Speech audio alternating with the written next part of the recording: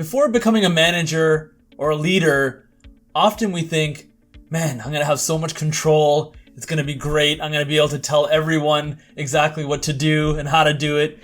And then eventually, if you become a leader or a manager, you quickly realize that it's not that simple. And coaching is actually very difficult, especially for new leaders. So today, I'm going to share 3 rules on coaching for new leaders.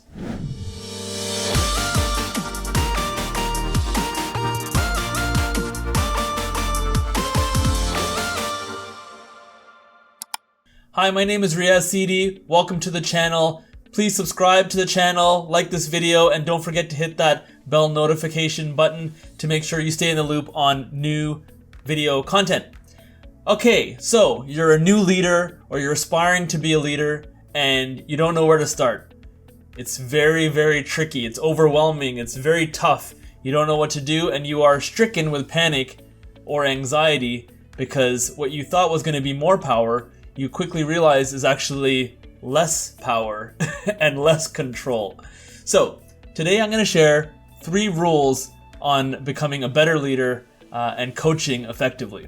All right, number 1 is managing expectations and following up. So what I mean by this is often as new leaders, we assume that people are going to do things the way that we would do them. And I think what it quickly becomes apparent is that people will do it their own way. And there are thousands of different ways to do essentially the same task. And as a new leader, this becomes very troubling because you quickly realize that you don't have as much say or sway as you thought. And new leaders either go one of 2 ways. They feel like, oh, that person can't do it.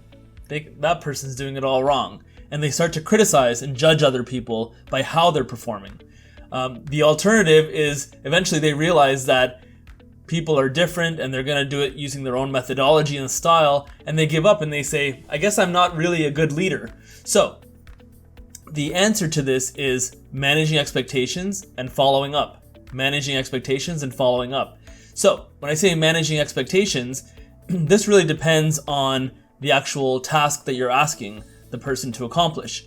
That could mean, maybe it's as simple as creating something and it's step 1, 2, 3, and you need to, outline what 1, 2, and 3 actually are. Or it could be a grander project where there's maybe many, many steps and you need to outline what the specific milestones that are needed to be achieved in order to be successful. So you want to find that balance between not micromanaging everything, but also making sure that there's a certain level of quality and standards. And the way to do that is to manage expectations about what those milestones or steps are, and following up and checking at different intervals to ensure that it's on the right track. Not on your track as the leader, but on the best track possible for the task. And so that allows there to be a bit of a sandbox where the person is able to, accomplish the task their way and using their style, but also maintaining that quality and ensuring it gets done in a timely fashion. The second coaching rule that I'm going to throw your way is to have a good understanding of what are will issues versus skill issues. So any coaching dilemma that you face is usually as a result of one of these 2 things. It's either a will issue or a skill issue. And let me elaborate. A will issue is, I don't want to do it. I know how to do it, I just don't want to. And it may not be a conscious I don't want to. It may be they have outside factors that are affecting their motivation. They're not motivated. Maybe there's just laziness. Maybe it's pressure. There might be internal politics or certain pressures. Or they don't have, there's a process in place or a system in place, and they just feel like it's not really set up for success for them. Okay, so that's more of a will issue. Then you have skill issues. Skill issues are not understanding the tool, not understanding the project, not having the skills to be able to accomplish the project or the task or what have you. So when you are diagnosing an issue with a team member as a new leader, you want to ask yourself, is this a will issue or is this a skill issue, right? Usually if it's motivation based or there's excuses coming up, it's a will issue. If it's more of, I don't know how to do this, but I would love to know how to do it, there's some desire but a lack of skills, it's usually a skill issue. So you'll have to be careful, because sometimes it can be tricky to determine it, because no one wants to admit their own shortcomings in a lot of cases. So sometimes it might a skill issue might be masked as a will issue, and sometimes a will issue might be masked as a skill issue because no one wants to admit that they're not motivated. So identify, is it a skill issue or a will issue, and address it appropriately. Finally, the third rule of coaching that I want to share today is all around what we call the KSAs: knowledge, skills, and attitude. So if you are looking to identify a gap in someone's abilities or knowledge or skills, that's usually where to start. So knowledge is really the understanding of, for example, if we're using a tool, it might be the dashboard. It might be knowledge of the process. It might be knowledge of the system. It might be knowledge of a client, right? So those are knowledge issues. Then you have skills. Skills are the ability to do something. So they might know the dashboard through the knowledge, but they don't have the skills to use and the abilities to use the dashboard. Other examples of skill issues might be they know the client, but they don't have the soft skills to essentially engage with that client, to have the right tact and the right disposition. Then there's the third bucket. So you have knowledge, skills, and then you have attitude.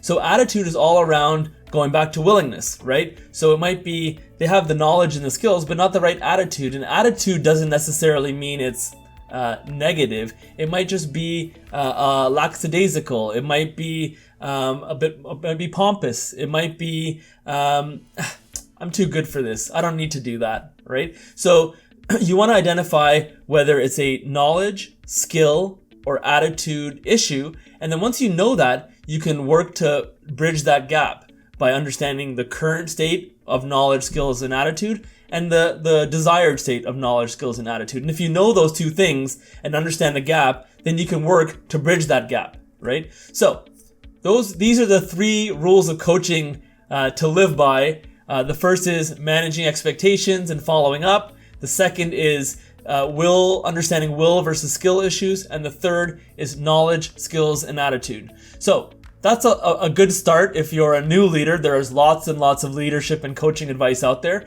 But if you're a new leader in a business and you don't know where to start with these three things, and I'm sure you'll be on the right track.